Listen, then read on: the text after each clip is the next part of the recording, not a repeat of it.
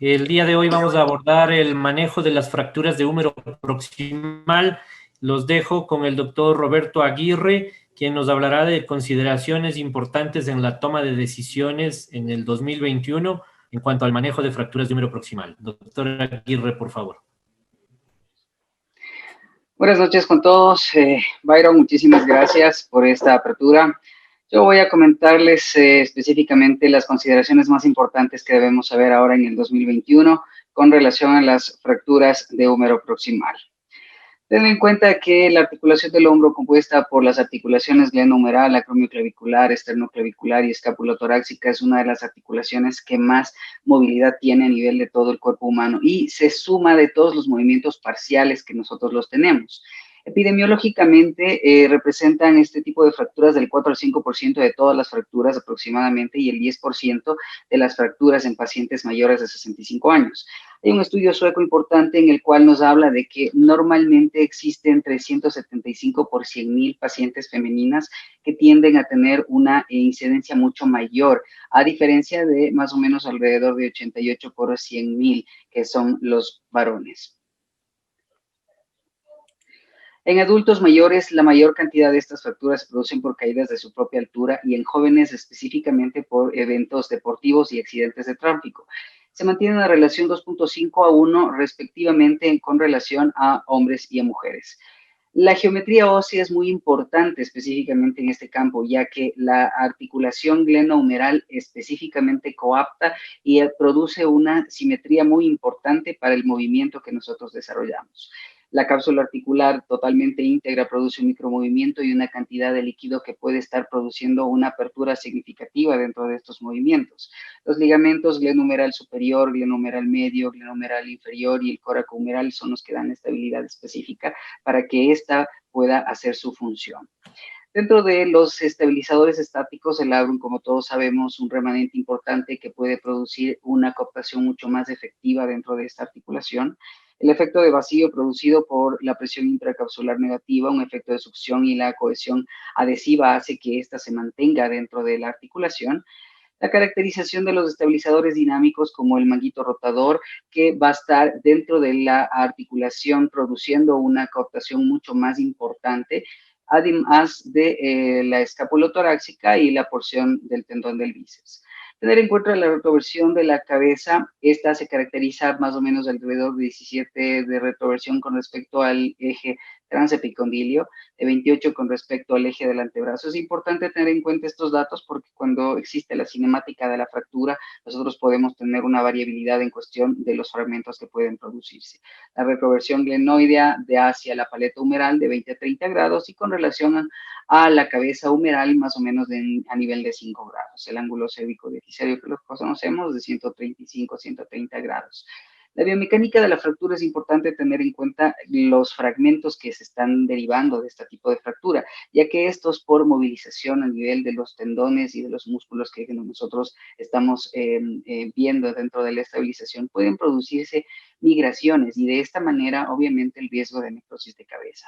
Tener en cuenta que la arteria circunfleja posterior es una de las arterias que mayor índice en cuestión de porcentaje mantienen. Este estudio es muy importante ya que mantiene más o menos alrededor del 65% de toda la irrigación de la cabeza humeral. Si nosotros podemos darnos cuenta en el cuadrante 4 es donde se produce más o menos el 75% de cobertura en cuestión de la irrigación de esta circunfleja posterior. Esto nos va a servir específicamente cuando nosotros determinemos la característica de nuestras fracturas y el pronóstico que nosotros podemos dar en este tipo de pacientes. Tener en cuenta que justo a este nivel del cuarto cuadrante también está cerca el nervio axilar y cuando nosotros tenemos algunas fracturas a este nivel, podemos producir cierto tipo de lesiones que pueden estar relacionadas con este nervio. Signos específicos que ustedes ya lo conocen, pues el signo de Heineken, que es un hematoma muy significativo al nivel de la zona del tórax y en la parte anterior del brazo, la limitación funcional muy importante. Dentro del diagnóstico radiológico, no sé, pues nosotros nos basamos específicamente en una AP de hombro, una AP verdadera también de hombro, que nos va a ayudar a verificar específicamente la cabeza, un perfil escapular de hombro que nos ayuda a ver específicamente desviaciones de los fragmentos, y la axilar, en los cuales nos van a permitir determinar un fragmento anterior o un fragmento posterior. Nos ayudamos también del diagnóstico radiológico en cuestión de tomografías y reconstrucción 3D. Esto nos sirve específicamente para tener una viabilidad normal de la cabeza y también para hacer una planificación quirúrgica efectiva.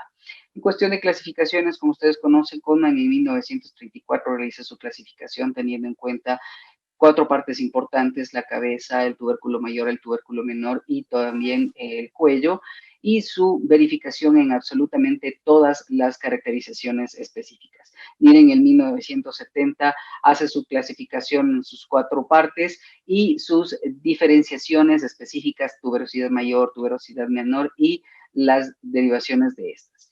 En el año de 1988, AO realiza su clasificación colocándole como una 11A cuando existe una fractura articular unifocal, una 11B cuando es bifocal y una 11C cuando es específicamente articular, con absolutamente todas sus variaciones. Gerte en el 2004 realiza su clasificación binaria, en la cual utiliza legos para tener una clasificación específica en cuestión de cabeza, tubérculo mayor, tubérculo menor y cuello. Y obviamente dentro de esta caracterización, la 2, 9, 10, 11 y 12 son las que relativamente tienen mayor riesgo en cuestión de necrosis de la cabeza. Para el 2018, AO realiza una nueva actualización. Una diferencia significativa importante es que el tipo extraarticular unifocal de 2, 3 y 4 partes hace una variación relativamente pequeña en cuestión de los desplazamientos. Rousseau el año pasado realiza una clasificación muy importante. Esta clasificación nos basa específicamente en la impactación proximal de la cabeza y la pérdida ósea que esta produce. Esta clasificación proporciona un ente mucho más importante e identifica patrones de fractura complejos. Esta a la larga puede ser un punto de partida para una sistematización y una automatización de todas las fracturas. Lo caracteriza de la siguiente manera: utiliza la cabeza, la posición de la cabeza, tanto neutro, en valgo y en varo, y el compromiso que tiene el cálcar, la tuberosidad mayor y la tuberosidad menor. De esta manera, también nosotros podemos hacer una variación en cuestión de cómo se encuentra estabilizada tanto el cálcar, la tuberosidad mayor, la tuberosidad menor, y la relación que tiene la cabeza, ya sea en neutro, en valgo o en varo. También hace una caracterización muy importante dentro de lo que es el nivel de conminución, teniendo un nivel de conminución bajo, mediano y alto, dependiendo del nivel y del grado de estos mismos, dependiendo de cada uno de los fragmentos, si tiene pues 1, 2 o 3 fragmentos. Es importante tener en cuenta esta clasificación, ya que a nosotros nos permite tener una sistematización mucho más importante, una visión a 3D, en la cual nosotros podemos determinar el tipo de cada uno de los fragmentos, y de esta manera nosotros podemos dar un pronóstico específico en cuestión de necrosis de cabeza y a la larga poder hacer una planificación quirúrgica mucho más efectiva. La longitud de la extensión metafisaria del dorso medial de la cabeza es importante porque cuando tenemos una alteración de mayor a 9 milímetros, el riesgo de necrosis es más significativo, al igual que la integridad de la bisagra medial. Si es que ésta se encuentra totalmente desplazada, el riesgo va a ser mucho más significativo. ¿Cuáles son los buenos predictores de isquemia? Una longitud de extensión metafisaria dorso-medial de la cabeza mayor a 8 milímetros del cálcar nos da un 84% relativamente. La integridad de la bisagra medial menor a 2 milímetros nos da más o menos un 79%. Patrones de fractura 2, 9, 10, 11 y 12 de Hertel también nos está dando una relación de un 69%. Ahora, si tenemos una fractura de estas características con alteraciones del cálcar sin un fulcro específico, nosotros podemos determinar que tenemos alrededor de un 97% de riesgo de necrosis de cabeza. ¿Cuáles son los malos predictores en cambio de isquemia? Una angulación, un desplazamiento de cabeza nos da un 62%. La cantidad de desplazamiento de las tuberosidades, un 61%. La luxación glenumeral, 49%. Fracturas intraarticulares de la cabeza, 49%. Y fracturas a 3 fragmentos, 38%. ¿Qué es lo que pasa actualmente? Actualmente existe una mayor expectativa de vida dentro de todos estos pacientes. Acordémonos que la mayoría de estos, como les había comentado, superan los 65 años. Un riesgo inherente de fractura se avecina durante todo este tiempo. Una mayor actividad física y la calidad de actividad física que estos pacientes tienen y el estilo de vida que ellos manejan hace que esto siga en aumento. Hay que tener en cuenta que los factores asociados con la independencia de cada uno de los pacientes son más predictivos de un buen resultado efectivo en cuestión del tratamiento clínico y quirúrgico en este tipo de pacientes. Ahora, muy bien, hace algún tiempo este tipo de pacientes, cuando tenían esta caracterización de fracturas, probablemente no tenían una movilidad muy efectiva, hacían actividades relativamente pequeñas que no determinaban un ejercicio mucho más efectivo. Hoy en día existe este tipo de pacientes que a esta misma edad, estos mismos pacientes realizan una actividad muchísimo mayor, su estilo de vida es mucho mayor. ¿Y qué es lo que nosotros tenemos que tratar de hacer? Pues relativamente mejorarlo de tal o cual manera como pues obviamente vamos a examinarlo el día de hoy en la noche. La idea, ¿cuál es? Es que cada uno de estos pacientes puedan tener una movilidad significativa y que puedan realizar las actividades que ellos están acostumbrados a realizar. No quiero despedirme sin antes invitarles al 28 Congreso SLAOT que se va a realizar en el Centro de Convenciones Huistín Camino en Guatemala. La fecha todavía no la tenemos específica, está todavía en paro por determinarse, pero va a ser un gusto tenerlos acá.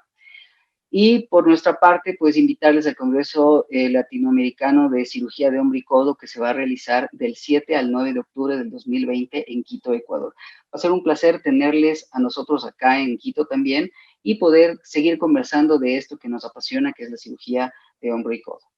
Muchísimas gracias. Muchísimas gracias, Roberto.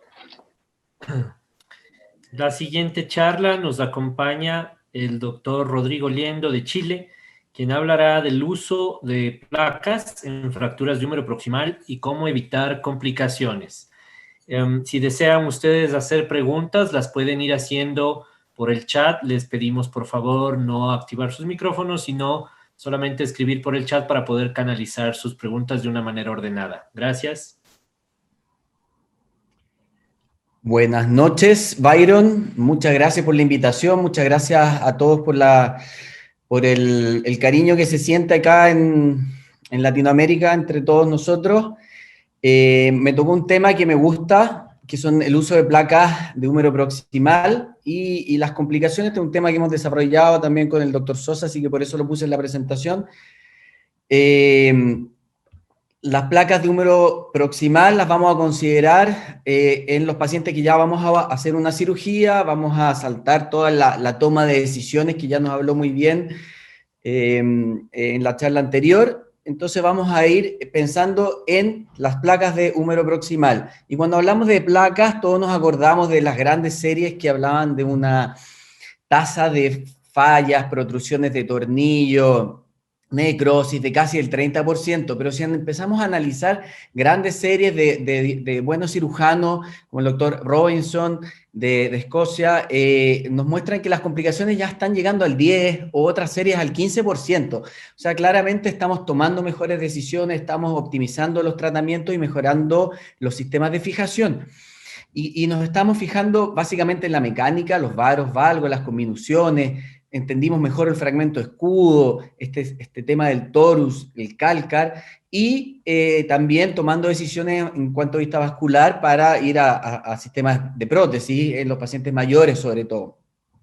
Los patrones de fractura son múltiples, por eso es tan difícil ponerse de acuerdo en las clasificaciones y tratar de ordenarse, y eso todavía es un misterio y salen clasificaciones todos los años. El concepto del torus es esta zona central donde entra la vasculatura y también es la zona de soporte y tenemos que entenderlo como una zona clave para la sujeción. Si hacemos un análisis sistemático de la literatura que hizo este grupo, de todos los estudios biomecánicos que habían sido publicados, que se consideraban en inglés, analizaron estudios que veían la fuerza de compresión, torsión, bending en abducción, vemos que ya vemos cosas que ya estamos sabiendo y que debemos considerar siempre. Los tornillos bloqueados ya son mejores que los no bloqueados. Existen los tornillos poliaxiales en las nuevas placas y son similares a los monoaxiales. Lo puse en rojo, el tornillo del Calcar parece ser un punto clave en la reducción y fijación de una fractura de húmero proximal. Los usos de injertos óseos también son una ventaja. Implantes semirrígidos no han demostrado mejores resultados. El cemento aumenta la fijación y las placas en 135 grados parecen ser mejores de soporte cuando el brazo está en abducción. Este es un paper que habla sobre las predicciones de una cirugía exitosa y sigue siendo, hace 9 años, siguen siendo las mismas todavía. La densidad ósea del paciente, tenemos que considerar la edad y su estado óseo, la reducción anatómica por parte del cirujano, el soporte del cálcar medial también del cirujano y la disminución del cálcar, considerar sistemas de aumentación. Porque la densidad ósea es muy importante, podemos tener una fractura como esta con una muy buena reducción y osteosíntesis, muy buena sujeción de las placas, reducción anatómica, injerto, pero puede haber una necrosis vascular. O sea, también tenemos que considerar los factores vasculares. La reducción anatómica, hay muchas maneras de considerar que está bien hecha. Estos son algunos criterios: el desplazamiento, el ángulo cérvico-diaficiario de 120 a 150, y tenemos una fractura muy bien reducida anatómicamente, pero si no tenemos una buena fijación del cálcar medial, por ejemplo, igual tenemos un desplazamiento en varo. Entonces tenemos que considerar todos los factores. Ahora, en el caso del soporte del pilar medial, sabemos que hemos ido mejorando eso a nivel de uso de tornillos en el cálcar, y eso nos ayuda en los tornillos poliaxiales. Aumentamos la cantidad de tornillos en esa zona o suplementamos con injerto óseo o placa secundaria y la impactación, y vamos a ver ejemplos más tarde. El tornillo del cálcar, solamente para recordar que debe ir en la zona inferior, y los estudios biomecánicos han demostrado que es el punto clave para soportar las fuerzas de bending y compresión axial. Este tiene que ser con una reducción de a lo menos 125 grados, tiene que estar en la zona del cuarto inferior a 12 milímetros del cálcar y estar subcondral, si no, no está cumpliendo una función adecuada. Ejemplo, una abogada, 60 años, una paciente fumadora que tenía una fractura en 2 partes, en varo, compleja, pero podíamos reducirla. Entendemos la conminución, entendemos la parte vascular, pero si no logramos una reducción adecuada y tornillos que soporten la zona del cálcar, podemos tener esto como una muy buena reducción que se va perdiendo en el tiempo rápidamente. Protrusión de tornillo es debido a una falla técnica, básicamente. Finalmente, esta fractura se afirma gracias a estos PEGs y se comprime. Tuvimos un resultado clínico adecuado, pero no excelente debido a esta falla. Las placas de ángulo fijo que llegaron para quedarse dependen mucho de la posición, y la altura y la relación con el surco bicipital es algo que nos enseñan dónde colocarla, pero existe un mismatch en nuestros pacientes, sobre todo mujeres ancianas en Latinoamérica, que son más pequeñas y no calzan estas placas. Entonces la posición del tornillo es clave. Hay que ajustarse a la anatomía del paciente. No, la placa debe adaptarse a la anatomía. Este es un ejemplo, una placa Filos, puesta en una posición para que el tornillo del cálcar quede en la mejor posición, pero eso hace que la placa quede muy baja. Afortunadamente esta placa fue fijada con una suplementación de cemento y eso permite tener un buen resultado, pero nos hubiera gustado una placa que quedara en una mejor posición. Esto de apuntar hacia la zona inferior con el tornillo del cálcar, biomecánicamente es lo más óptimo. Sabemos que debe uno apuntar hacia la zona inferior o un poco más inferior, pero nunca hacia superior, porque las fuerzas deformantes aumentan o no resisten la fuerza deformante cuando tenemos un tornillo superior, no funciona como sostén.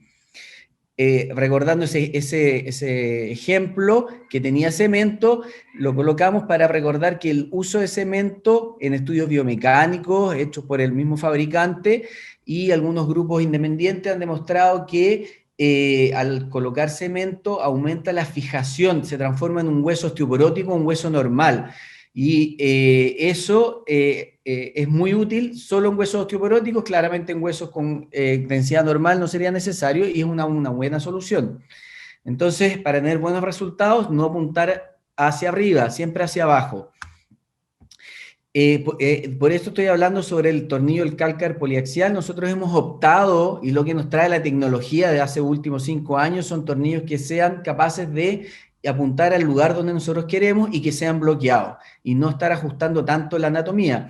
Un ejemplo, una paciente de 60 años con esta fractura con gran conminución, que tenía unas tuberosidades adecuadas, pero con disminución del cálcar, pero gracias a una placa que sea con tornillos poliaxiales, que tengamos la capacidad de poner tornillos en la zona posterior, media y anterior, en la zona superior, media e inferior, tenemos buenos resultados clínicos. Y se han hecho estudios biomecánicos, elementos finitos, que han demostrado que uno debería colocar la mayor cantidad de tornillos en los lugares distintos. Entonces, también nosotros estamos colocando más de 5 tornillos en la cabeza, buscando el apoyo en distintos lados, sobre todo en estos casos de osteoporosis o gran conminución.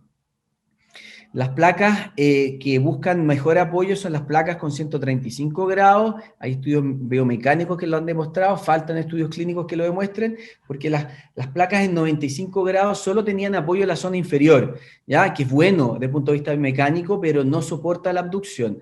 Y esto uno lo entiende mirando este dibujo donde los tornillos inferiores apoyan la zona inferior, pero en aducción. Pero una vez que hacemos abducción, necesitamos el apoyo de la zona superior, y sabemos que es la zona donde se colapsa más el hueso, en la zona postero superior. Estos tornillos también se pueden adaptar a anatomías más pequeñas y más grandes. Ojo con las placas de 135 porque son más bajas, y también hay estudios mecánicos que demuestran que la firmeza a nivel de la tuberosidad puede ir disminuyendo en ese sentido, pero necesita a veces más aumentación de sutura, y nos tenemos que preocupar de la tuberosidad en estos casos. También nos permiten fijaciones anteriores y posteriores que serían útiles en momentos de bending, anteriores y posteriores. Ejemplo, paciente de 66 años, auxiliar clínica, caída a nivel. Con esta fractura vemos el escudo, vemos la tuberosidad, vemos conminución, pero esta paciente tenía un índice de las corticales muy bajo, y decidimos entonces no solo poner esta placa y lograr una buena reducción, perdíamos por la conminución medial, así que optamos por un injerto. Esta es la otra forma de solucionar la conminución del cálcar o el déficit óseo, la densidad ósea, usando injertos. Los injertos han demostrado en estudios mecánicos y en estudios en pacientes en series grandes retrospectivas que soportan muy bien las cargas y tienen buenos resultados clínicos. Logras reducciones anatómicas, logras consolidación y buenos resultados clínicos. El injerto no solo apoya la zona del cálcar, sino que apoya la zona de la cabeza y permite que muchos de los tornillos sean tricorticales o cuatricorticales, perdón, en la zona inferior. Nosotros hemos evolucionado a usar aloinjertos de cabeza femoral por la facilidad de tenerlo.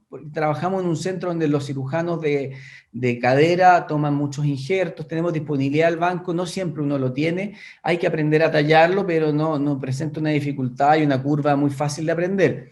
El injerto te permite hacer reducciones, te permite soportar el cálcar, apoyar la cabeza y soportar las tuberosidades. Cuando tenemos una pérdida de hueso, muy importante, la tuberosidad también queda en una zona muy alta y a veces se produce reabsorción. Esta es una paciente diseñadora de 62 años, caía en bicicleta, muy deportista, pero tenía una fractura importante donde teníamos los fragmentos clásicos, la conminución, y una cabeza que nos miraba hacia lateral, ya un cálcar menor a 7 milímetros, esas cabezas que miran hacia lateral significa una pérdida ósea impresionante, así que decidimos colocar incluso doble injerto, porque usamos strut en este caso, de apoyo diaficiario y apoyo de cálcar, teniendo un buen resultado en lograr el apoyo del cálcar, tornillo, apoyo de la cabeza y consolidación final del caso.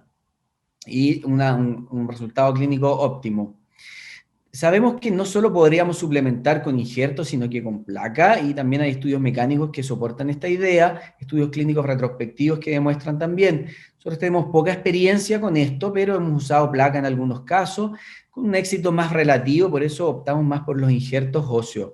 Este es un caso nuestro también con un resultado clínico aceptable, pero no es nuestra serie. Y una cosa que deben considerar es la impactación de la cabeza. Hay estudios mecánicos que demuestran una muy buena estabilidad mecánica. Podría disminuir el brazo de palanca del deltoides, pero en pacientes mayores eso no sería tan problemático. Este es un caso de 73 años, una fractura que parecía muy compleja, pero si uno observa la cabeza está entera, una tuberosidad está entera, había fragmentos con minutos. Esto ya es consolidación a los 6 meses. La cabeza humeral está apoyada sobre un cuello más corto. Si uno mira con detención se da cuenta que los tornillos estuvieron apoyando esa cabeza también en esa zona y tuvimos una muy buena resolución mecánica y del paciente también.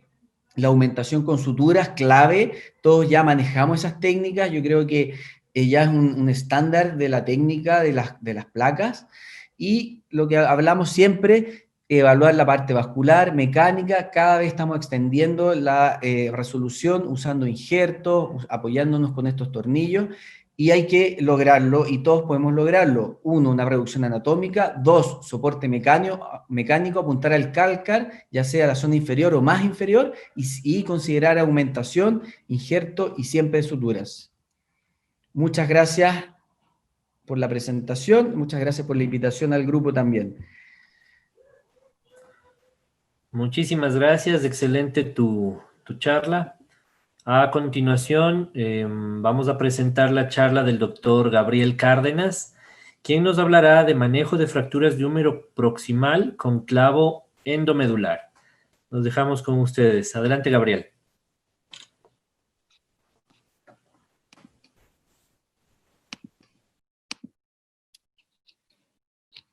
Hola, ¿qué tal? Buenas noches.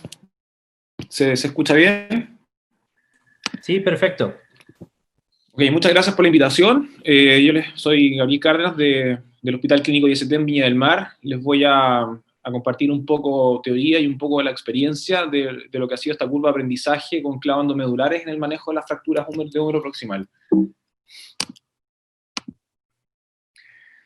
Yéndonos directo a las modalidades de tratamiento, podemos decir que en general los números se mantienen y aproximadamente sabemos que un 20% de las fracturas del húmero proximal podrían requerir eventualmente un tratamiento quirúrgico, y todos sabemos que la dispersión de opciones de tratamiento en general es bastante alta. Probablemente más de alguno de los cirujanos que están escuchando nuestras presentaciones hoy en día podría elegir cualquiera de las opciones de tratamiento quirúrgico y no quirúrgico que se presentan en un cuadro clínico como este, por ejemplo. Es por eso que en general la literatura muestra que no hay un consenso sobre la técnica quirúrgica más adecuada, y en ese escenario hace mucho sentido la frase que nos repite el doctor Gerber con respecto a la concordancia o no de las modalidades de tratamiento en general en la cirugía de hombro, y en particular en el tratamiento de las fracturas del húmero proximal. Esto está llevado a la evidencia y hay algún trabajo. Les decía que las opciones de tratamiento son múltiples y por lo tanto también tenemos distintas tendencias entre los distintos cirujanos. Probablemente hay una discordancia muchas veces entre las opciones que podemos preferir. En general, en pacientes mayores con fracturas más complejas, la tendencia ya ha sido un poco clara al reemplazo articular, pero en pacientes más jóvenes y en todos los tipos de fractura, la verdad es que el reemplazo articular está descartado y lo que necesitamos hacer es hacer una reconstrucción mediante nuestra síntesis, y en ese sentido aumentan un poco nuestra dificultad en la toma de decisiones. Probablemente la mayoría que pueda elegir un tratamiento con osteosíntesis mecánicamente estable se presenta ante la inquietud y la duda de poder elegir entre una placa o un clavo endomedular. Sabemos que las placas son la alternativa más utilizada, sobre todo después de su introducción aumentó notablemente su uso, pero las cifras no nos engañan en ese sentido. La tasa de complicaciones en general va entre un 20 y un 40 y tantos %, alta en la mayoría de las series. Incluso en las primeras, que son placas no bloqueadas, hasta la serie de la Clínica Mayo publicada el año pasado, que muestra también una tasa de complicaciones no despreciable, incluso utilizando técnicas más modernas como los aloinjertos de peroné. Además de las complicaciones, estas se pueden presentar en forma asociada, como nos presentó el grupo del Dr. Gerber, en una serie de pacientes con complicaciones. La mayoría de los pacientes presentaban en promedio 3 complicaciones por cada uno, y es por eso que nosotros presentamos el año pasado un trabajo de una asociación si bien infrecuente, hasta ahora en patología posterior a la osteosíntesi con placa, que consiste en la migración, la necrosis, la migración del troquite, la necrosis, por lo tanto la penetración de tornillo, en una serie de 45 casos, y la verdad es que los resultados son bastante insatisfactorios. Es por eso que algunos cirujanos han buscado opciones de tratamiento en osteosíntesis, y la verdad es que los clavos endomedulares son la opción a mirar. Sin embargo, la mala reputación histórica que han tenido, tanto los clavos de primera generación como los de segunda generación, hacen difícil inclinarse por esa opción. Sin embargo, hoy en día contamos con algunas opciones más modernas de los denominados clavos de tercera generación, con bastantes modificaciones en el diseño que nos han permitido mejorar los resultados clínicos y ir de a poquitito desechando las primeras conclusiones con respecto a los clavos de primera generación. Es importante considerar que los clavos actualmente de tercera generación, los que deberíamos usar si empezamos una curva con clavos endomedulares, deben ser clavos rectos. Hay una ventaja evidente desde el punto de vista biológico, ya que la entrada es más medial a la inserción del footprint del manguito rotador, y por lo tanto la entrada es a través del músculo del supraespinoso y no del tendón como era antes, lo que se asocia a dolor postoperatorio y limitación funcional, sino que también hay una ventaja mecánica, porque sabemos que la zona del ápex de la cabeza es la zona con mayor densidad de la cabeza en esa parte proximal, por lo tanto es razonable desde el punto de vista biológico y mecánico el ingreso del clavo endomedular por vía medial. Hay trabajos que han comparado estas dos opciones de tratamiento, concluyendo que los síntomas de manguito rotador, como es esperable, en clavos curvos son al menos el doble, y que la tasa de reoperaciones también es significativamente mayor en clavos curvos comparados con clavos rectos.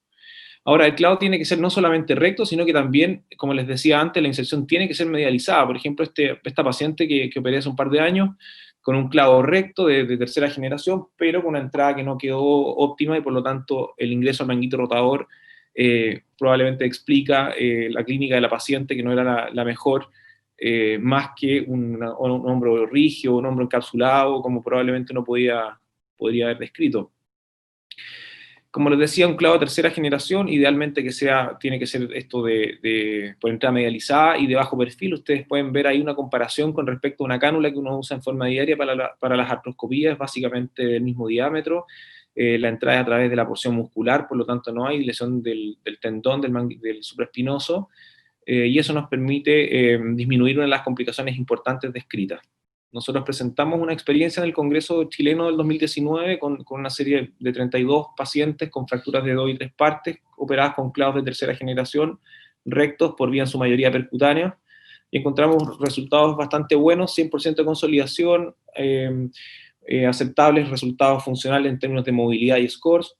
Las complicaciones en casi un 20%, no es despreciable, fractura intraoperatoria, un paciente, capsulitis adhesiva en 2 casos, patología del bíceps, 2 pacientes con una rotura espontánea y un dolor persistente que requirió una tenodesis posterior y una malunión en varo. Sin embargo, lo rescatable es que no hubo migración ni penetración intraarticular de tornillos, ni necrosis vascular en esta serie al menos corta, ni reoperaciones en el seguimiento que fue de 14 meses. Un seguimiento corto de todas maneras. Patología del manguito rotador fue evaluada mediante ecografía. Se encontró un 12% de lesiones, en su mayoría parciales. La rotura completa fue en un paciente, el de mayor edad de la serie, que probablemente también se podía eventualmente atribuirse a cambios degenerativos, y la mayoría se comportó en forma sintomática y fueron atribuidas a errores técnicos de la inserción en la entrada de la cabeza. Algo destacable para comentar es que encontramos bastante patología bicipital inflamatoria asociada en forma importante al tornillo anterior en la mayoría de los casos, y estos pacientes sí que eran más sintomáticos. En el caso de las fracturas en 2 partes, hace sentido utilizar un clavo endomedular porque uno puede usar una técnica mínimamente invasiva y de esa manera tener una adecuada enfrentamiento del punto de vista biológico, y también utilizando las bondades mecánicas de un clavo endomedular. Por lo tanto es como la indicación en teoría ideal para una fractura de húmero proximal. En mi experiencia personal lo realizo en decúbito lateral y con 3 incisiones, una para la entrada del clavo, otra para los tornillos proximales y otra para los tornillos distales es suficiente. La rehabilitación precoz es fundamental. Acá hay otro caso también, 2 partes, desplazada, una paciente joven con 3 incisiones en decúbito lateral, un clavo endomedular con bastante buen resultado. es difícil justificar, encuentro en algunos pacientes con fractura de 2 partes, se puede hacer, es lo más utilizado, una placa endomedular, una placa bloqueada, puesto que igual el grado de agresión es más significativo, y si bien Rodrigo nos explicó con bastante claridad las ventajas mecánicas de las diferentes modificaciones técnicas que se le han hecho a las placas, un porcentaje importante de fallas son debidas a problemas biológicos, entonces pudiera ser eso una forma de disminuir estos riesgos. Han sido comparados los dos sistemas, y la verdad es que en términos funcionales no habría mayor diferencia en un trabajo prospectivo randomizado. Sin embargo, la tasa de complicaciones es significativamente diferente, así que es algo a considerar. Desde el punto de vista técnico, sabemos que la clasificación en las 2 partes, entre fracturas con traslación, varo-valgo, nos orientan un poco, como nos describió el doctor Boileau, al abordaje medial que debe ser en relación a la articulación acromioclavicular, ya sea posterior a esta, en aquellas fracturas con desviaciones en varo, con deformidad en varo, y anterior a la acromioclavicular en aquellas fracturas con traslación o con valgo. Estudios cadavéricos que muestran la factibilidad de poder hacer el portal de Neviacer en fracturas en varo, como se ve acá en la diapositiva, con la corrección del eje cérvico-diaficiario, con bastante buen resultado. Otro caso también, pueden ver ahí la corrección de un varo bastante significativo, en una técnica todavía percutánea, corrigiendo la inclinación cefálica con buen resultado. En fracturas en 3 y 4 partes sabemos que tenemos más riesgo de complicaciones, también desde el punto de vista biológico aumenta progresivamente el riesgo de necrosis. El riesgo de necrosis también se asocia indirectamente con la penetración interarticular de los tornillos, que también aumenta en la medida que la clasificación de NIR aumenta.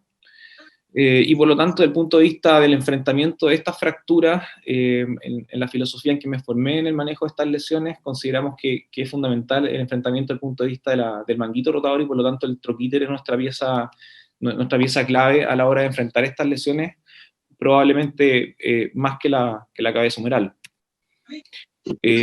Las placas bloqueadas, como fue mencionado antes, tienen la dificultad de que a pesar de las amarras, muchas veces estas se sueltan o no permiten una adecuada neutralización de las fuerzas de tracción del manguito rotador, y por lo tanto eso nos puede llevar a complicaciones en el postoperatorio.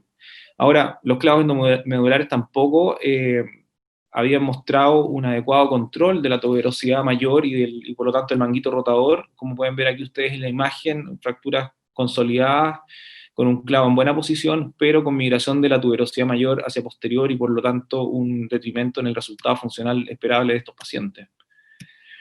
Fracturas en 3 y 4 partes, por lo tanto, desde esa filosofía de fijar en forma óptima el troquíter y el manguito rotador, es que no debemos tener miedo en hacer combinaciones de clavos más abordajes formales para poder optimizar nuestra reducción. Este es un abordaje superolateral que nos permitió una reducción adecuada de las tuberosidades en un momento que no presentábamos todavía la posibilidad de usar un clavo con fijación directa a las tuberosidades como hoy en día tenemos. Este otro caso también, logrando adecuada fijación de la tuberosidad por vía superolateral. Otro caso excepcional, una paciente con un brazo bastante grande, tratar de hacer una osteosíntesis con un clavo endomedular en forma percutánea, más una reducción con anclas por vía artroscópica de la tuberosidad mayor, con bastante buen resultado, una experiencia de dos casos hasta que logramos contar con este clavo endomedular de tercera generación, que es el Aqualis, descrito por el doctor Boileau, que nos permite fijar, como les comentaba antes, específicamente las tuberosidades, y lo cual nos permitió, en algunos casos de fractura en 3 partes, incluso con maniobras de reducción indirecta, mantener una osteosíntesis en forma percutánea. En fracturas en 4 partes ya no hay probablemente mayor opción que hacer un abordaje formal, reducir en forma óptima nuestras tuberosidades, la cabeza humeral, y de igual manera resuelto con un clavo endomedular. Casos más excepcionales todavía, llevando un poco más al límite probablemente la indicación del clavo, bastante debatible con la gente que hace placas, pero un caso de luxofracturas con manejo con clavos endomedulares también con con buen resultado. En este caso también, por ejemplo, utilizando un abordaje formal, pero además insertando el clavo por un portal de Neviacer, buscando una adecuada fijación cefálica y también de las tuberosidades fracturadas. En el peor de los casos, la necrosis vascular también puede suceder con los clavos endomedulares, y en ese sentido la fijación de la tuberosidad es clave. En este sistema, por ejemplo, endomedular con fijación tuberositaria, tenemos que una vez que la tuberosidad ha conseguido consolidar, aún en el peor de los escenarios, que existe una necrosis vascular de la cabeza, al no haber tornillos cefálicos, no tenemos riesgo de penetración interarticular de los tornillos, ni erosión ni destrucción glenoidea, que nos llevaría irremediablemente a un reemplazo articular total, probablemente una prótesis invertida. En estos casos, una vez que se ha producido la consolidación del troquíter, incluso podemos usar alternativas más conservadoras de reemplazo, incluso pudiera ser solamente a nivel humeral. Sí, como conclusión, el troquíter para nosotros sigue siendo la pieza clave de las fracturas del húmero proximal a cualquier edad y con cualquier método de fijación, incluyendo las artroplastías. Debemos reducir y fijar el troquíter adecuadamente con nuestra osteosíntesis, finalmente sea placa o clavo endomedular. Es fundamental evitar complicaciones y reoperaciones, y en ese sentido es importante analizar en qué sistema de fijación vamos a utilizar. Los clavos endomedulares de tercera generación en fracturas de húmero han presentado buenos resultados funcionales con baja tasa de complicaciones, incluso en fracturas más complejas, como les mostré en algunos casos. Pero sin embargo, es importante también considerar que tienen una curva de aprendizaje que habitualmente no se discute mucho al respecto, pero que la tiene. Así que eso es lo que les quería contar. Muchas gracias por la invitación y disculpen la dificultad técnica.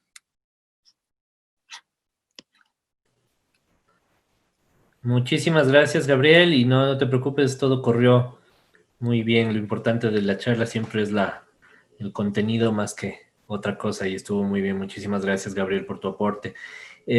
A continuación vamos a escuchar la charla del doctor Giovanni Scutia de México, quien nos hablará de la hemiartroplastia en fracturas de húmero proximal. Adelante contigo, Giovanni, por favor. Hola, buenas noches, muchas gracias por la invitación. Vamos a iniciar este tema con el que me corresponde participar, que es la hemiartroplastia en fracturas del húmero proximal. Nada más duda, ¿se ven mis diapositivas? Sí, es correcto, se ven bien. Okay.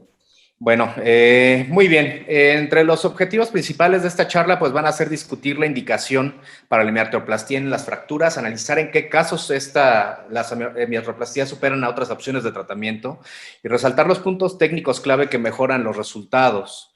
¿Por qué empezamos a usar la hemiartroplastia en las fracturas? Pues esencialmente porque era el paso lógico, era restituir la superficie articular que eventualmente se perdía con el manejo conservador, con el colapso anatómico, y cuando vimos también las fallas del tratamiento quirúrgico, bueno, pues empezamos a utilizarlo porque en muchas ocasiones, pues la mala orientación de los fragmentos, la consolidación viciosa, la pérdida de los elementos del manguito rotador, pues eran lo que hacían que el paciente, o hacen todavía que el paciente quede con bastantes limitaciones, a pesar de que se tenga mucha experiencia en la reconstrucción anatómica con una osteosíntesis. ¿Qué tipos de secuela? Pues existen diversos ya clasificados, que es una necrosis vascular de la cabeza humeral, las secuelas como tal de la fractura, la no unión a nivel del cuello quirúrgico, o bien la no unión de las tuberosidades. Esto pues es lo que esencialmente nos va a llevar a considerar la reconstrucción con una prótesis. Y pues bueno, ¿qué casos van a ser aptos incluso desde una manera inicial? Pues el compromiso de la cabeza humeral ya habíamos visto la clasificación de Hertel, que para mí es muy útil, sobre todo para anticipar la devascularización de la cabeza humeral, sobre todo en estos casos en que nos quedamos prácticamente con el casquete articular, desprovisto totalmente de la circulación de las tuberosidades, en los que hay fragmentación incluso de la cabeza, el alto riesgo de necrosis vascular, o bien el colapso y la falta de stock óseo que nos permita reconstruir adecuadamente, que aunque ahora pues obviamente se utiliza mucho la cuestión de los injertos, sobre todo en pacientes mayores. Luego esto, con todo y las buenas intenciones que podamos tener quirúrgicamente hablando, pues tenemos altos índices de falla. Entonces, ¿cuáles van a ser los factores técnicos para el éxito? Pues va a ser la reparación de las tuberosidades. Definitivamente esto es lo que nos lleva a que tengamos un adecuado balanceo de la prótesis anatómica, que esa cabeza pueda centrarse nuevamente en su lugar. En particular, esta imagen me gusta porque además de verse la tuberosidad en proceso de consolidación, se ve incluso parte de un callo óseo que se está formando. Hay que recordar que en esto influye mucho el factor de la altura y la versión en la que dejamos la prótesis. Hay que cementar hasta el límite de la diáfisis y con esto, pues, y con el balanceo muscular, lo que tenemos que hacer es restaurar el arco gótico que se define desde la cortical medial del húmero hacia el borde lateral, inferolateral del húmero. Si nosotros logramos realizar eso, además de la cuestión de la altura de la prótesis y hacer un adecuado equilibrio entre la altura de la tuberosidad y la altura de la cabeza, podemos restituir lo más parecido a la anatomía normal la cabeza, y es lo que nos va a llevar a esta situación del éxito. Pero bueno, la fijación estable, esto es muy importante, nos incrementa la posibilidad de consolidación de estas tuberosidades. Esto va a ser siempre muy importante. También recordemos que un desplazamiento mayor de 5 milímetros puede influir en un futuro a que, aunque hagamos una reconstrucción adecuada de las tuberosidades, pues estas puedan tener una atrofia grasa muscular, como pasa en las artropatías. Entonces, esto es lo que también nos puede llevar a otro factor de falla que debemos anticipar cuando nosotros pensemos en una reconstrucción. ¿Cuáles han sido los resultados? La realidad es que, pues, no, en algunos escenarios no es tan alentador. Quien tiene más estudios sobre esto, pues, es el doctor Fredrik Madsen, que tiene un estudio bastante interesante en un periodo de 16 años con 359 revisiones de miartroplastía, y de ellas 112 han sido por fracturas. ¿Cuál ha sido la principal falla que él encontró en esto? Pues la persistencia de secuelas de fractura, que es la no unión o la consolidación de las tuberosidades, eventualmente la reabsorción de las tuberosidades, en que prácticamente desaparecen, y pues con esto perdemos el factor de balance concéntrico de la cabeza humeral y del manguito rotador. Entonces, al fallar ese centraje glenoideo, tenemos otras secuelas, que es eventualmente la falla del movimiento, tenemos erosión de la glenoides, tenemos factores de dolor y disfunción, y obviamente con todo esto, que lo estudian con el Simple Shoulder Test, pues tenemos insatisfacción del paciente, y eso pues también lo podemos trasladar a nuestras prácticas individuales.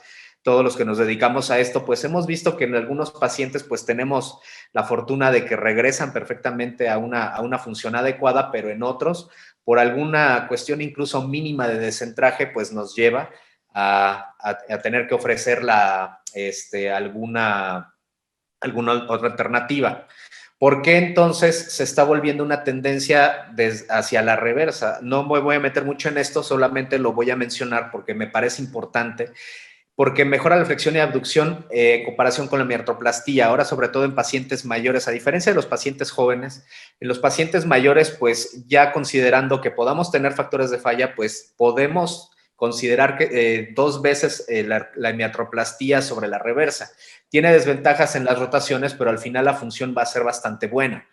Hay otros estudios en los que tenemos seguimientos a 5 años en un grupo en Alemania de Steinbeck, que hay un alto índice de complicaciones después de la miartroplastía, y sobre todo que ellos lo que comentaban, bueno, ahora que utilizamos los implantes modulares, que hay diversas marcas que los manejan, pues obviamente con esto nada más tenemos que hacer un solo paso, que es la conversión de la glenoides a una prótesis invertida, y al momento de tener el vástago modular, pues obviamente cambiamos el diseño anatómico a uno reverso. Entonces esto nos disminuye los tiempos quirúrgicos de manera considerable. Entonces la falla principal en todo esto es que, aunque tengamos una buena intención, esto es un caso que me llegó ya para revisión, es que prácticamente en este paciente había ausencia de tuberosidades. Yo no sé, en este caso, por ejemplo, si no hubo una reconstrucción o eventualmente se reabsorbieron.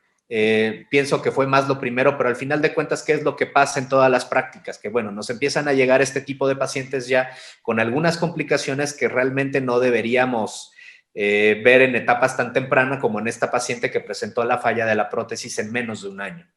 Entonces, para terminar este tema y quedarse para llevar a casa o quedarse en casa, en este caso que estamos en pandemia, pues bueno, la mejoría del resultado de emertoplastia en fracturas se asocia a varios factores que es esencialmente la altura y versión de la prótesis, que ya comentábamos, porque eso nos define la reconstrucción anatómica. Reconstruir las tuberosidades, además del factor anatómico, va a mejorarnos el control rotacional. Esto hay que concebirlo de manera muy importante con el centraje glenoideo y no hay que caer en sesgos de los resultados de la artroplastía. Es bien entendido que en un momento dado la reversa nos puede resolver algunos problemas y hay que recordar que la miartroplastía requiere una curva de experiencia para disminuir el riesgo de falla en la reconstrucción y aún en centros grandes como estamos viendo, pues existe un factor de falla. Entonces creo que lo que tenemos que razonar en torno a la miartroplastía es analizar perfectamente los casos, es siempre meterse a revisar individualmente cada uno de ellos, pues para que al final de cuentas no tengamos la necesidad de meter a un paciente nuevamente a quirófano, tener que pasar por una segunda cirugía, porque como comentan en uno de los estudios donde tienen casos de seguimiento grandes, del grupo de Madsen, es que algunos pacientes incluso se negaron a tener un segundo procedimiento y que no era una cantidad menor. Entonces creo que eso sí es muy importante, ya trasladado a nuestras prácticas diarias. Y pues sin más por añadir, les agradezco su atención y la invitación a este foro. Muchísimas gracias, Giovanni. A continuación, vamos a hablar sobre artroplastia reversa en fracturas de húmero proximal a cargo del doctor Roberto Ikemoto del Brasil. Vamos contigo, Roberto.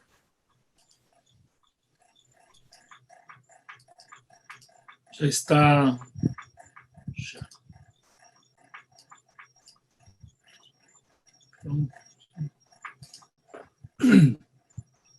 ¿Está compartilhando a tela? Sí, la estamos viendo la primera. Veamos si corre.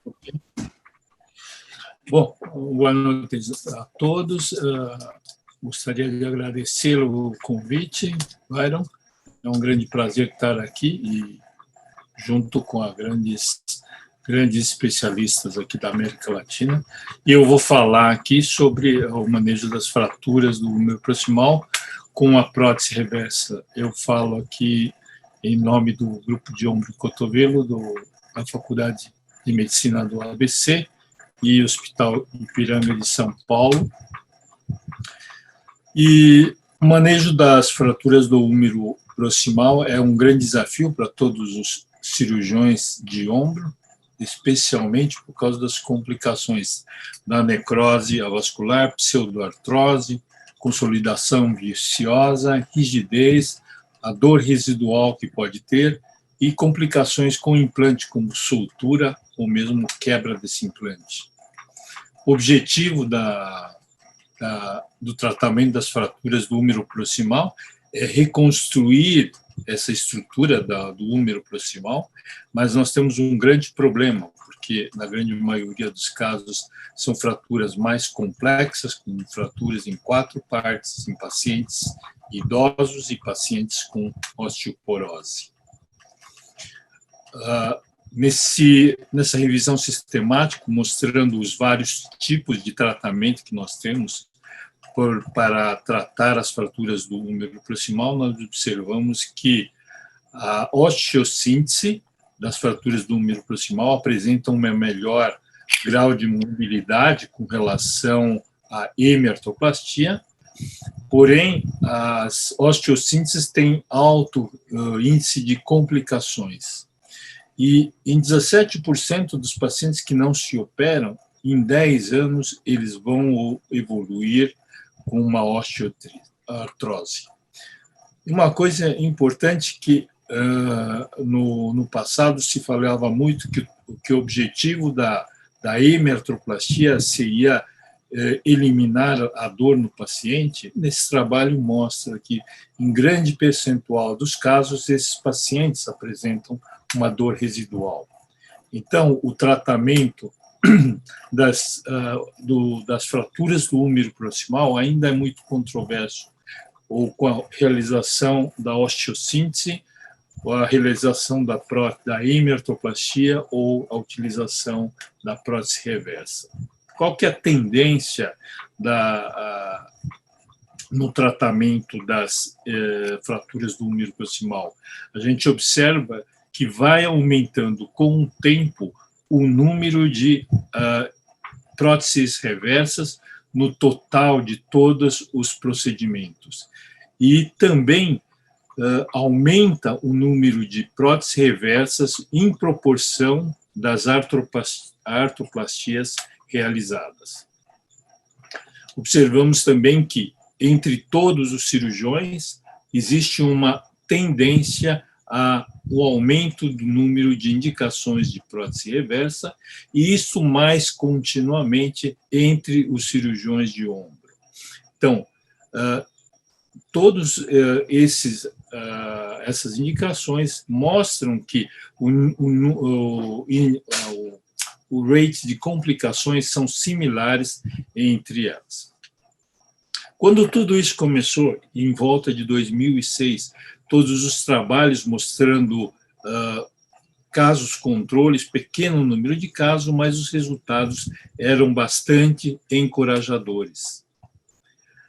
O que se encontra nos resultados das artroplastias reversas, mostrando que a elevação é em torno de 113 graus, com rotação lateral em nível de 15 graus e com um constant score em 55. Alguns resultados iniciais mostravam que a reversa não era superior a artroplastias e apresentavam alto grau de complicações. Porém, trabalhos começam a mostrar que a reversa mostra uma melhor elevação, um melhor resultado funcional, com as complicações em níveis similares com a hemiartroplastia. Eles têm uma flexão em média de 112 graus, com uma rotação em média de 18 graus, e mostrando que o reparo da tuberosidade melhora a rotação, os resultados de rotação em comparação àqueles que não reparam as tuberosidades. Outro trabalho mostrando que as próteses sem cimento, eles não apresentam problema, eles não apresentam instabilidade com a reconstrução das tuberosidades, e aqui repetindo que a cicatrização da tuberosidade maior mostram melhores resultados na sua rotação lateral. Quando se compara a prótese reversa com as hemiartroplastias, eles mostram que tanto a reversa como a hemiartroplastia, eles não recuperam o status pré-operatório. Porém, a reversa apresenta uma melhor índice de elevação abdução, um melhor índice de constant, enquanto que a reversa, a hemiartroplastia, apresenta melhor índice de rotação lateral. As artroplastias reversas, eles são mais previsíveis, com melhor recuperação precoce e mais conforto desses pacientes. E a indicação mais tendenciosa é em pacientes acima de 75 anos.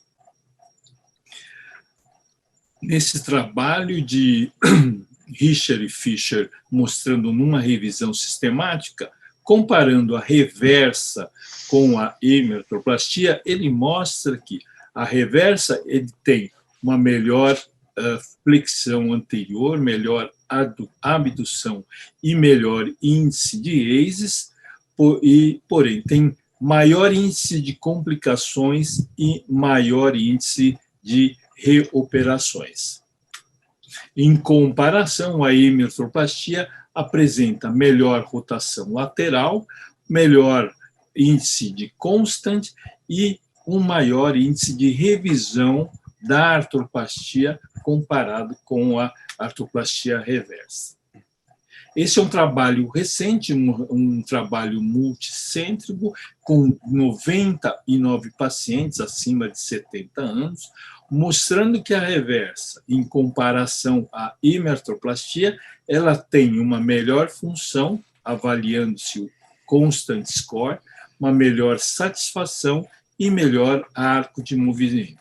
E as complicações, tanto da reversa quanto da himertroplastia, eles são similares, porém mostram que os benefícios maiores da prótese reversa estão entre 70 e 79 anos, comparativamente nos pacientes acima de 80 anos. Nesse trabalho, mostra que a reversa é mais reprodutível, apresenta melhor flexão anterior e abdução, tem um índice de complicação maior que a himertroplastia, mas o índice de reoperação é igual. Em pacientes acima de 65 anos com baixa demanda, a himertroplastia deve ser considerada como um canal de tratamento. Em pacientes abaixo de 65 e alta demanda, como não temos um resultado a longo tempo, nós devemos ter cuidado na indicação desses pacientes.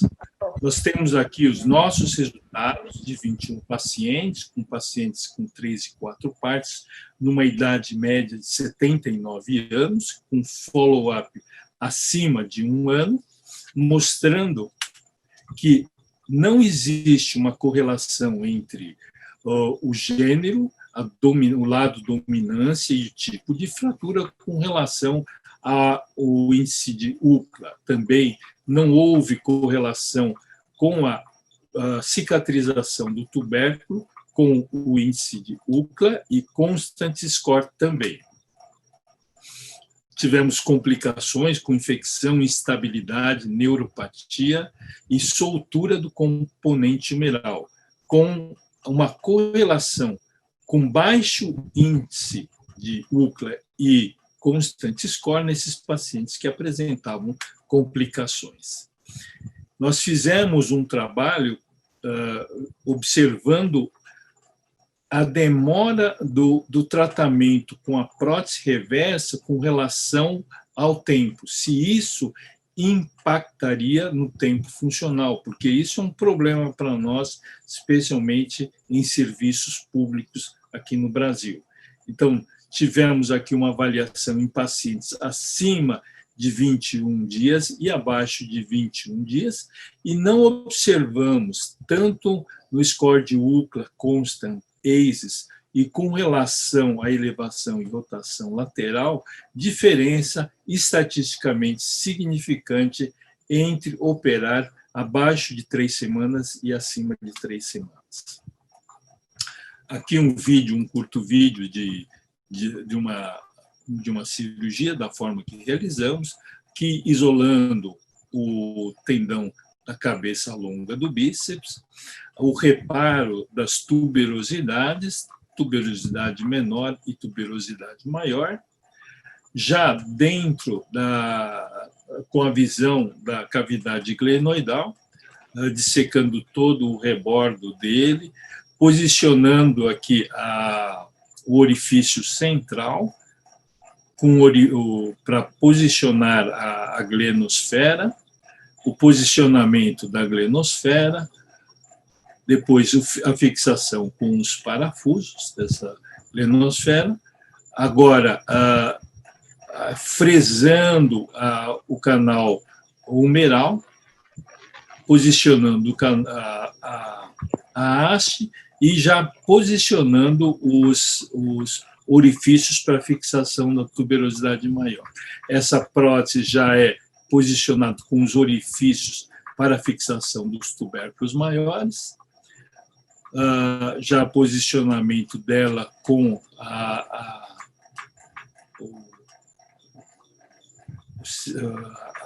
porção distal, redução, e aí a fixação sutura dos tubérculos maiores e menores.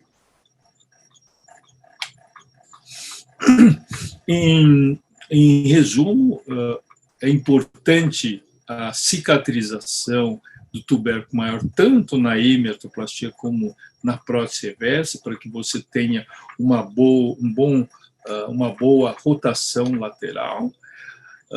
A hemiartroplastia e a prótese reversa, eles realmente não recuperam o status pré-operatório, mas ele ganha muito bem, dá uma satisfação muito boa, em alguns casos, com bom arco de movimento, e os pacientes devem ser extremamente bem selecionados, especialmente em pacientes acima de 70 anos de idade.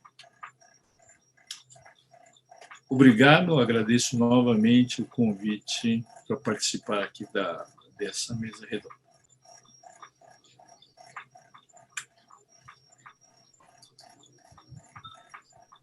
Muchísimas gracias, Roberto. A continuación, vamos a la charla del doctor Rivera, quien nos hablará de manejo de complicaciones en fracturas de húmero proximal. Roberto, si podemos dejar de compartir pantalla para poder dar paso a la nueva compartición. Muchas gracias, Horacio, Byron, por este junte para hacer, y también a las secretarías pertinentes. Así que hablaremos de las complicaciones. Estos son mis disclosures.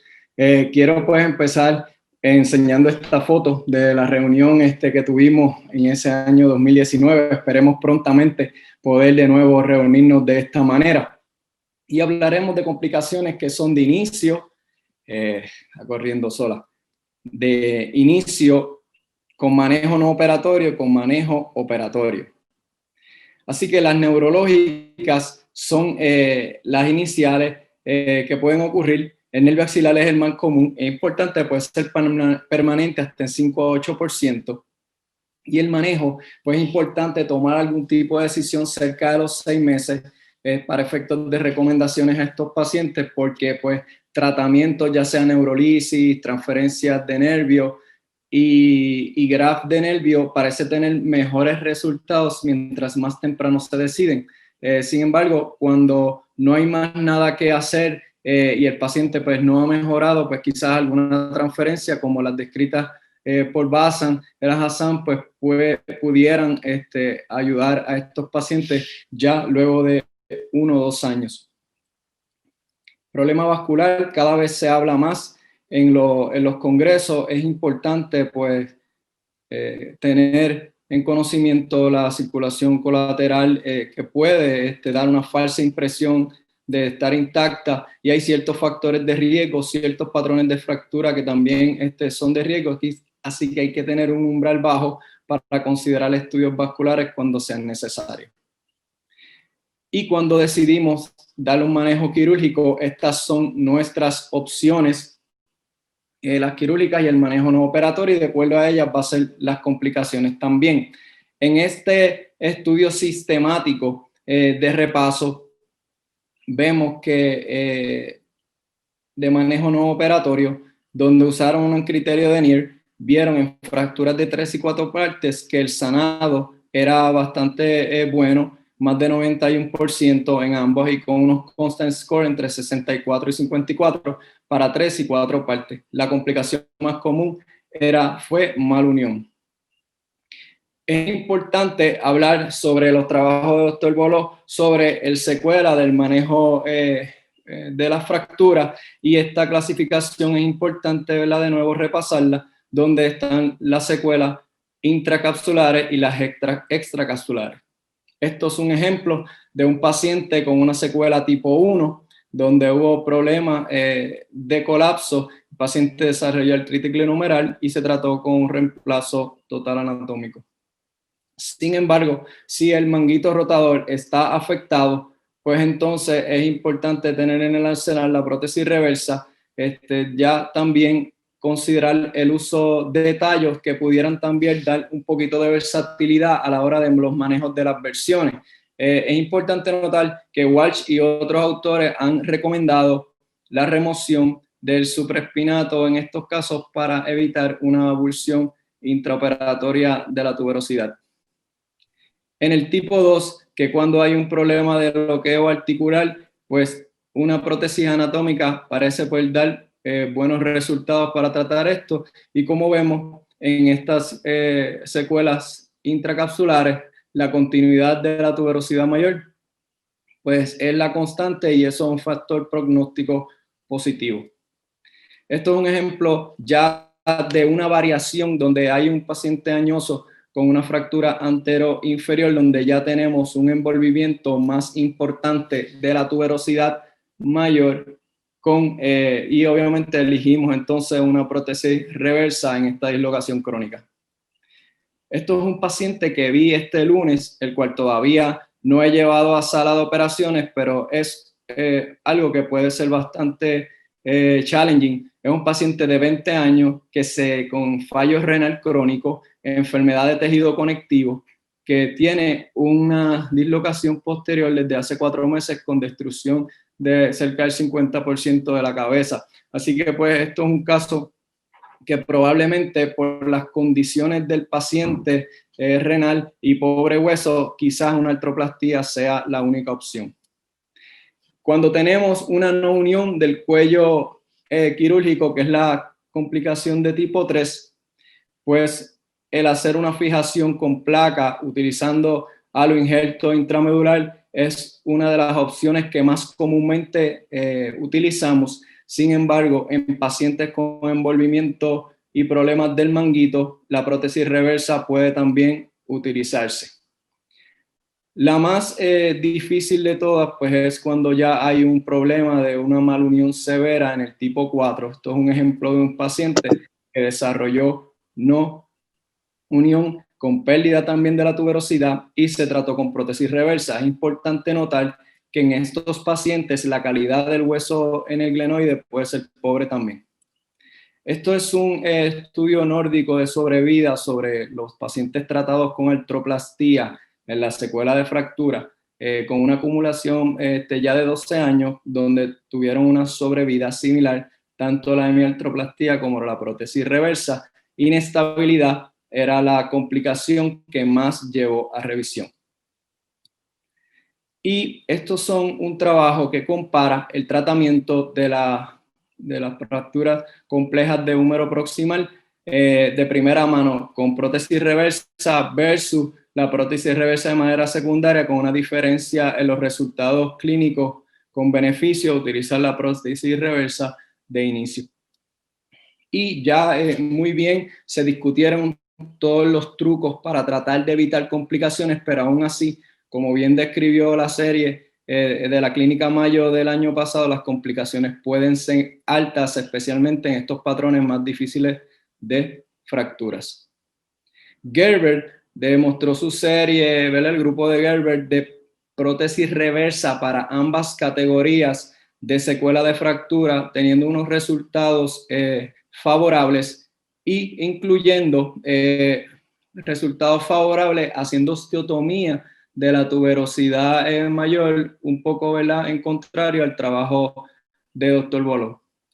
Esto es un ejemplo de un paciente que tratamos recientemente ahora en la pandemia, 60 años, múltiples cirugías fallidas de húmero proximal, donde el paciente eventualmente logró unión, pero tenía disfunción pseudoparalítica. El paciente se le hizo un reemplazo reverso con una transferencia de trapecio. Este es su seguimiento de solo 2 semanas, donde ya vemos un comienzo en esa mejoría en su estado clínico.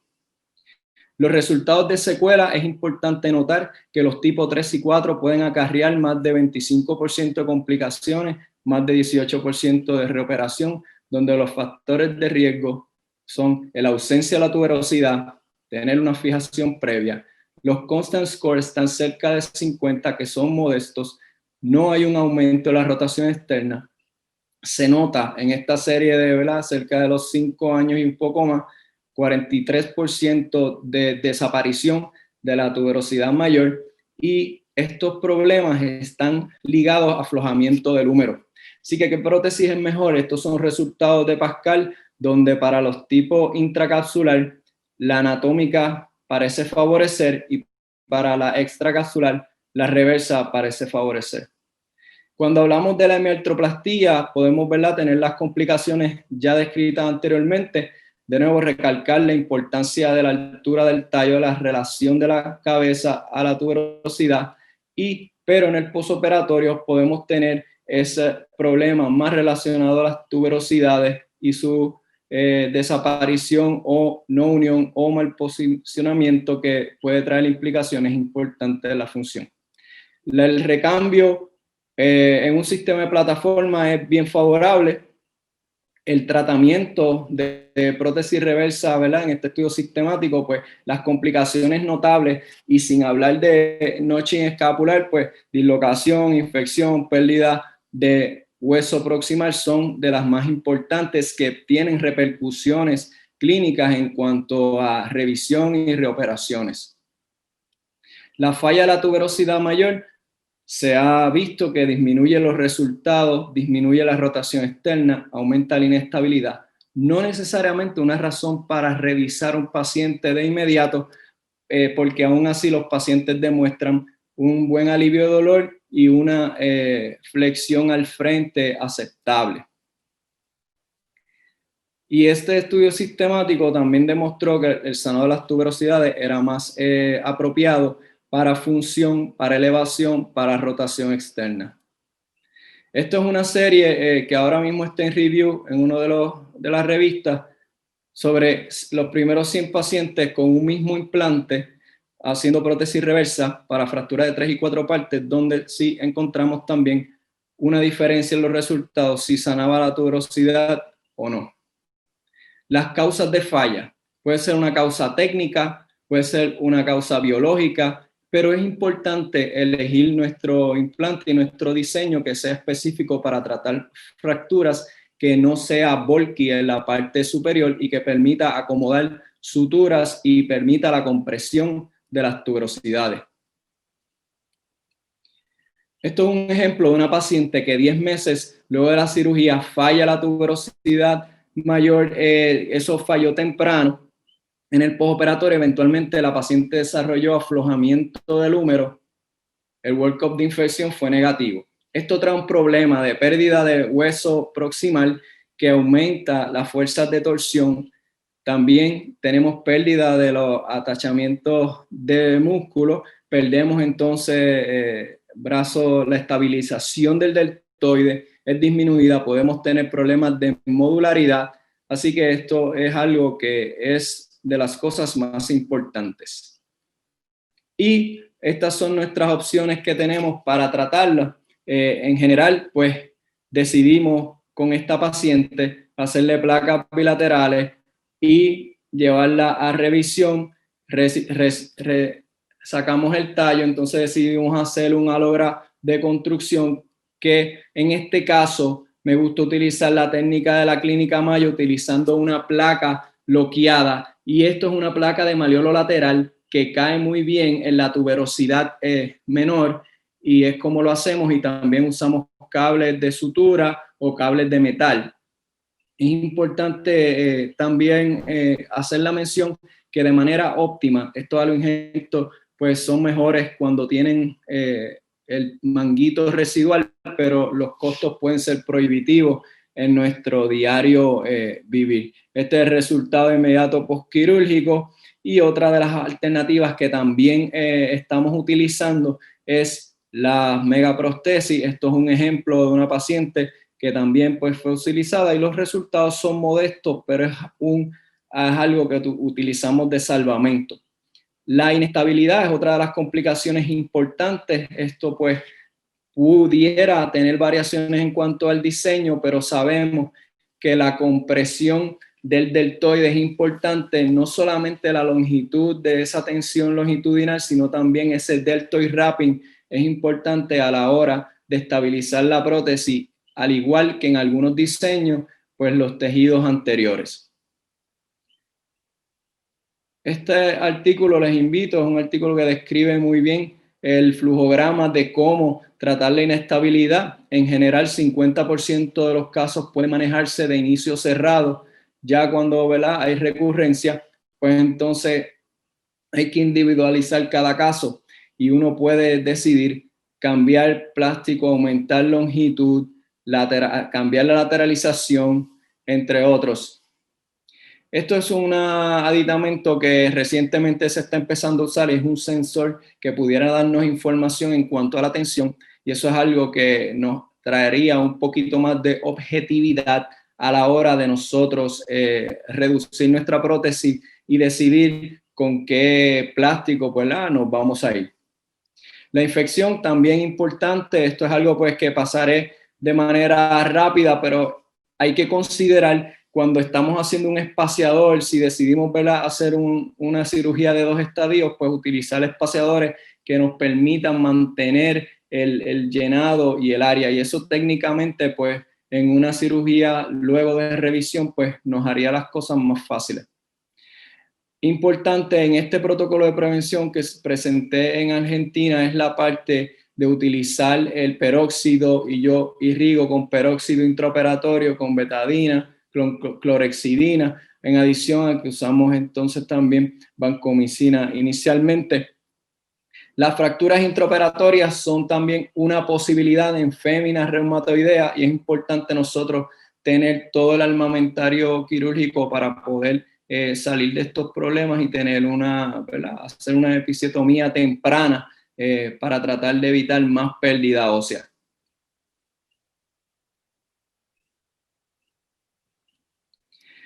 Y en estos pacientes que sufren caídas recurrentes, también podemos darnos con fracturas en el postoperatorio temprano, que algunas de ellas en pacientes que son obesos, es bien difícil tratarlas de manera no operatoria, aunque esté estable todo el constructo, y muchas veces pues optamos por una fijación, ya sea con strut o ya sea con placa y cables y tornillos.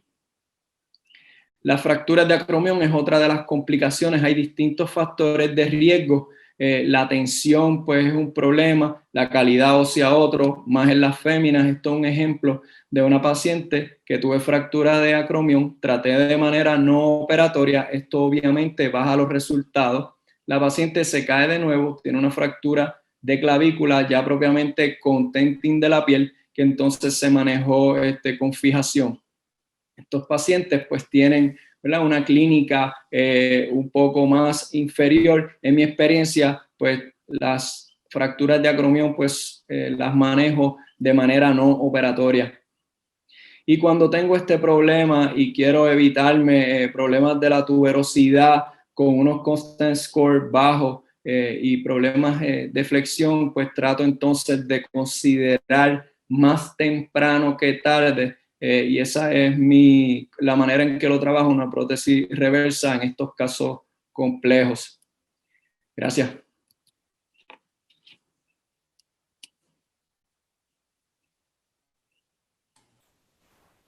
Muchísimas gracias, Alberto. Creo que las exposiciones de todos han permitido tener varios puntos de vista de cómo podemos actuar ante las fracturas de húmero proximal, cuáles son las distintas opciones y pues también cómo podemos manejar complicaciones. Realmente los casos que presentaba Alberto son casos difíciles de decidir y los resultados que muestras pues, son muy, muy interesantes. No quiero cerrar este foro sin dar paso a algunas preguntas que me han parecido interesantes. Muchas de ellas ya se respondieron en el chat. Sin embargo, creo que hay algunas que tienen que ventilarse un poco más público.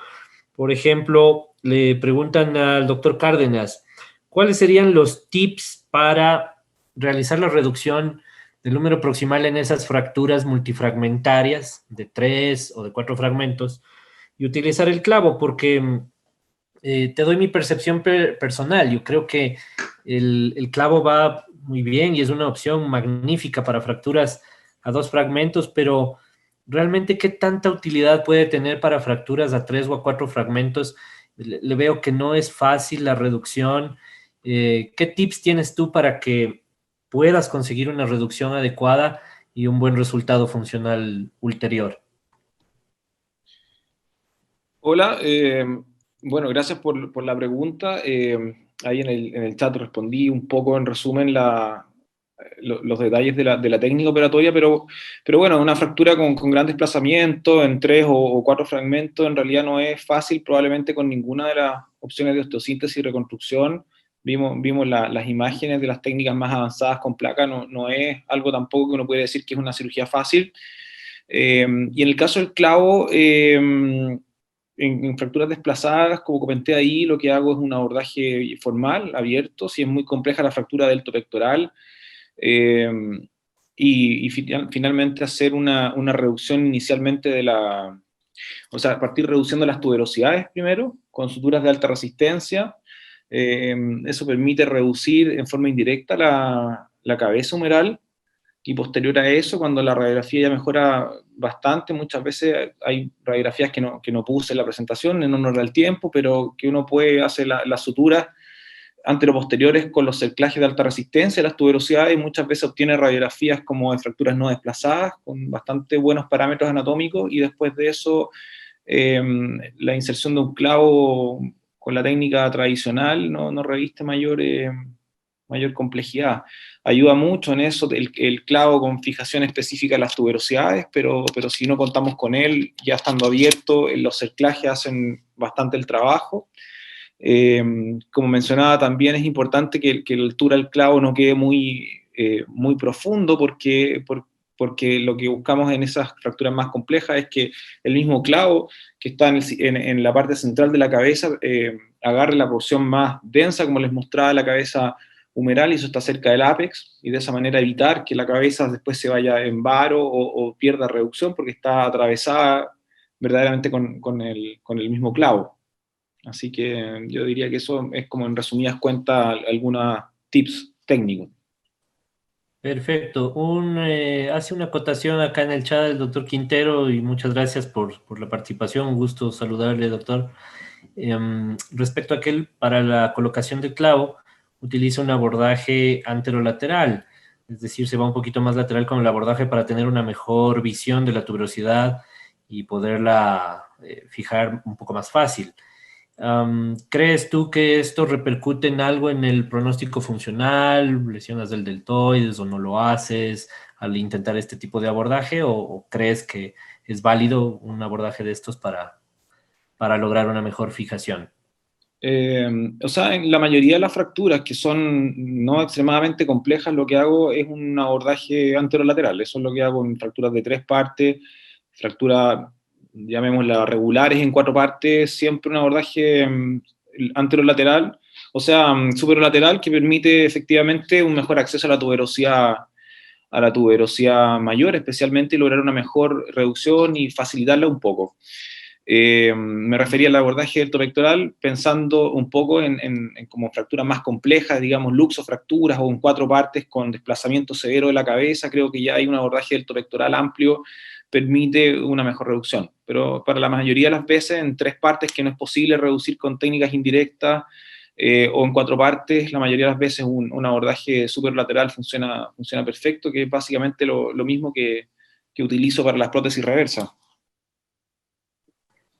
Perfecto, muchísimas gracias. Hay otra pregunta también que me gustó y dice, bueno, ¿cuándo es útil la planificación 3D para sus fracturas? ¿Ustedes la utilizan en alguna ocasión, regularmente? ¿Hay alguien en su grupo que lo está haciendo con frecuencia? Porque es algo que se está hablando muchísimo en la actualidad y creo que es algo que podría ser de gran utilidad a la hora de planificar. ¿Qué validez le dan ustedes al uso de la planificación 3D?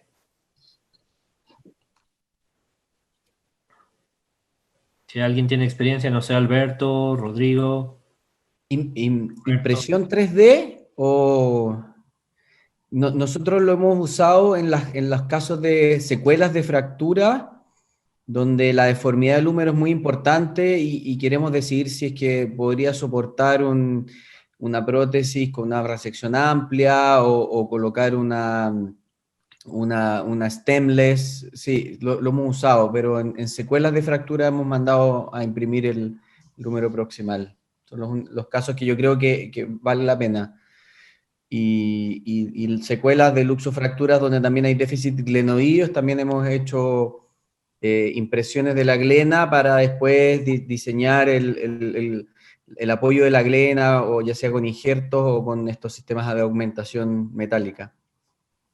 Creo que es muy útil, es el futuro, y las impresoras están cada vez más baratas y cada vez más asequibles en los centros y se pueden compartir. Yo creo que eso es lo importante. Pero necesitas a alguien que se dedique al tema. Nosotros por suerte tenemos a uno. Alberto, en las complicaciones, Roberto, cuando son las prótesis reversas, ¿pides planificación 3D? Nós estamos desenvolvendo um trabalho mais para interpretação da fratura com a impressão 3D. Mas eu acho que será de grande utilidade para programação cirúrgica, especialmente para a redução da fratura. Hey, Alberto, ¿tú? Sí, pues actualmente pues utilizamos la tomografía para todos los casos, sin embargo pues la impresión 3D no lo utilizamos en casos de fijación, sí pues usamos ya para la parte de glenoide pues todo lo que es la navegación y resulta pues bien pues esperanzador el saber que se está trabajando ya para estos programas, llevarlos a la planificación en el lado humeral y que quizás en algunos años pudiéramos entonces estar navegando también todo el trabajo humeral que hagamos, y yo creo que eso va a ser de gran ayuda. Perfecto, muchísimas gracias. No quiero extenderme más, ya es altas horas de la noche en otros países, acá en Ecuador no tanto, pero pues en el resto de Sudamérica sí. Quisiera darle paso a la secretaria de la Sociedad Latinoamericana, a Paulita Olaya. Si eres tan amable, quisiera compartir con ustedes un video del congreso que tendremos este año. Por favor, Paulita.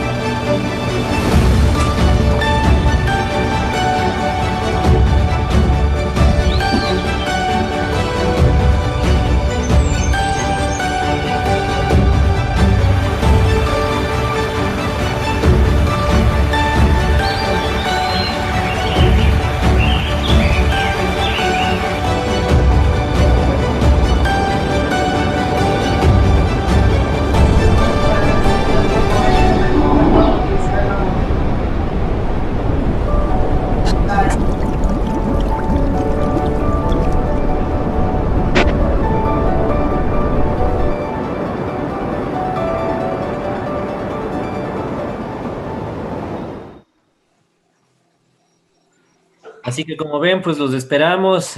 No sabemos cómo irán a estar las cosas en los diferentes países de Latinoamérica, pero esperemos que hasta el mes de octubre logremos ya tener cierta libertad de movilidad y pues los estaremos esperando con los brazos abiertos. Y en el caso de que se haga imposible viajar, tendremos un exitoso congreso también por vía virtual. Así que pues desde ya los esperamos. Síganos por favor, nuestras redes sociales, nuestra página web. Todo el tiempo estamos realizando eventos académicos.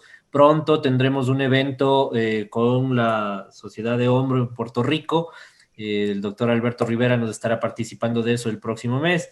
Así que los esperamos y estaremos juntos muy pronto. Una feliz noche para todos y muchas gracias por acompañarnos.